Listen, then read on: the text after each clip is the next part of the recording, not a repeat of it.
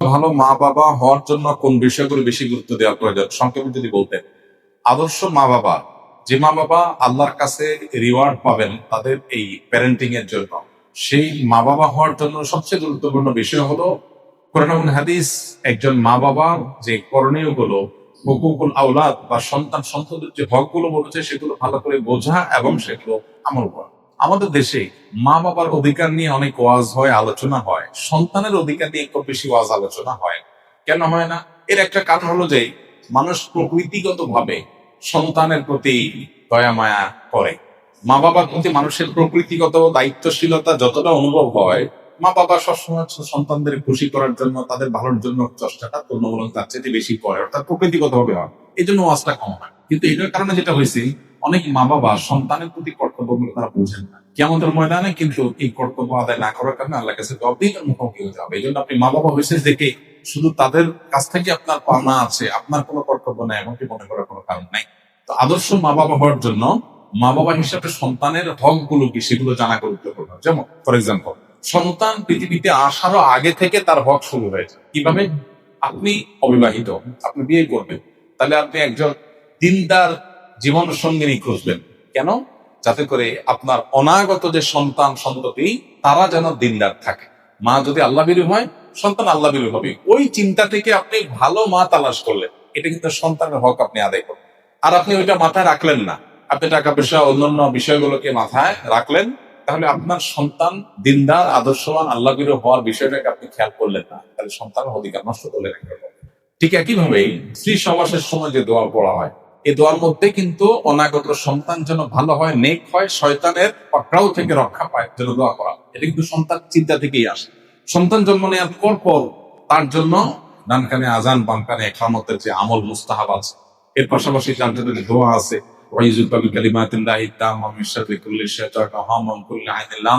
শয়তান থেকে পানা চাওয়া দোয়া, সন্তানের অধিকার, তাকে ভালো রাখার চেষ্টা, সন্তানের একটা সুন্দর অর্থবহ নাম নির্বাচন করা, এটাও তাকে ভালো মানুষ হওয়ার প্রত্যাশা থেকে রাখা।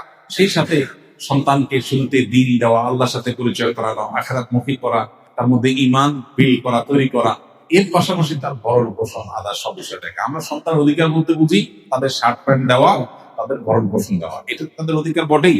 এটার বাইরে আরো অনেক কর্তব্য আছে। এর মধ্যে একটা গুরুত্বপূর্ণ বিষয় হলো সন্তানদের মধ্যে ইনসাফ করা, বৈষম্য না করা। যখন কিছু দিবেন সবাইকে সমান হারে দিন। তো সন্তানের প্রতি এই সমস্ত কর্তব্যগুলো যদি আপনি জানেন এবং কর্তব্য সচেতন হন, ইনশাআল্লাহ আপনি আল্লাহর খাতায়, আল্লাহ রসুলের দৃষ্টিতে আপনি আদর্শ বাবা এবং মা হতে পারবেন। আল্লাহ আমাদেরকে তৌফিক দান করুন। একজন সাধারণ মানুষ হিসেবে আমি কিভাবে অনুভব করতে পারি যে আল্লাহ আমার সাথে আছেন এবং তার উপস্থিতি প্রতি মুহূর্তে অনুভব করার আমল বা চিন্তা কি হতে পারে? এটা হলো তাকওয়ার সর্বোচ্চ লেভেল ভাই। ইহসান বলা হয় যেটাকে, আনতা আবুদাল্লাহ কান্নাকা তারা, আল্লাহকে দেখছেন এই অনুভব নিয়ে ইবাদত করতে পারা, এটা হলো ইসলাম, ঈমান, এরপরে ইহসান, সর্বোচ্চ লেভেলের আপার ক্লাসের মুসলমান হওয়ার মাধ্যমে এটা হতে পারে। এটা কিভাবে হবে? আপনি যত বেশি তাকওয়া চর্চা করবেন, কোনো গুনাহের সাথে সংশ্লেষ করবেন না, দ্বীনের মধ্যে যত বেশি আসতে পারবেন তত বেশি আপনার মধ্যে ইহসান আসবে, আল্লাহর প্রতি মনোযোগিতা বাড়বে ইনশাআল্লাহ। স্কিলে অবস্থান করার সময় আমরা একটি সুন্দর পরিবেশে ইবাদতের জন্য চাপে থাকলে এক সময় ভালো ইবাদতের জন্য মন বসতো, কিন্তু এখন আমার ঠিক মতো ইবাদতের জন্য মন বসে না। তাই আমাদের কি সাপ্তাহিক আমলের রুটিন, স্কিলে অবস্থানরত শিক্ষকরা যেভাবে আমল করেন, আমাদের কি এর আওতায় আনা যায় কিনা অনলাইনে, এতে করে আমাদের আমলের প্রতি যত্নবান হওয়া যাবে। মাশাআল্লাহ, খুবই দরকারি একটা প্রশ্ন করেছেন আমাদের এলামনাই কোনো একজন ভাই, যিনি আগে স্কিলে প্রশিক্ষণ নিয়েছেন, এখন কর্মজীবনে আছেন, কোথাও চাকরি বাকরি করেন। তার হালত বলেছেন তিনি যে এখানে একটা পরিবেশের মধ্যে থেকে আমল করা সহজ হয়, অন্য জায়গায় গেলে সেটা কর্মজীবনে সেটা হয় না। এটা মানুষের প্রকৃতি। মানুষ যখন অনুকূল পরিবেশে থাকে তখন আমল করতে পারে, প্রতিকূল পরিবেশে গেলে সেই সুযোগটা হয় না। এই জন্য তাকে কয়েকটা কাজ করতে হয়। এর মধ্যে সবচেয়ে বড় কাজ হলো তিনি যেখানে আছেন ওর মধ্যে তার অনুকূল পরিবেশ খুঁজে বের করতে হয়।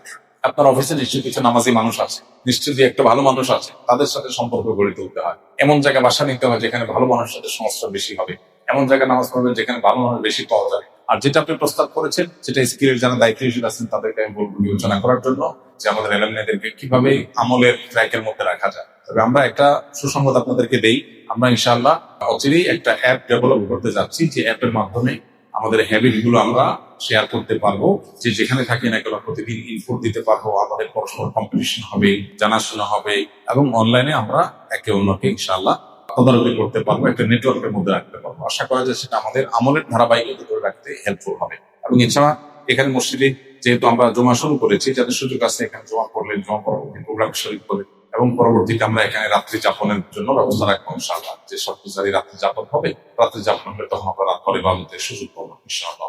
জেনারেল পড়ুয়ার ছাত্রদের ক্ষেত্রে ক্যারিয়ার ও দিনের ভারসাম্য কিভাবে বজায় রাখা যায়?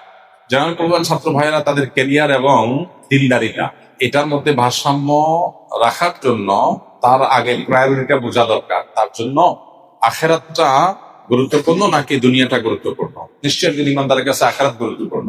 সেক্ষেত্রে পরিপূর্ণভাবে যদি তার ইমান তিনি রপ্ত করে ফেলতে পারেন, ইমান যদি তার কাছে স্পষ্ট হয়ে যায়, তাহলে ইনশাআল্লাহ বিদিনিল্লাহ তার জন্য এই ডিসিশন মেক করা সহজ হবে যে আমার ক্যারিয়ার এবং দিন দুইটার একটাকে রাখতে হলে আমি কোনটা রাখবো।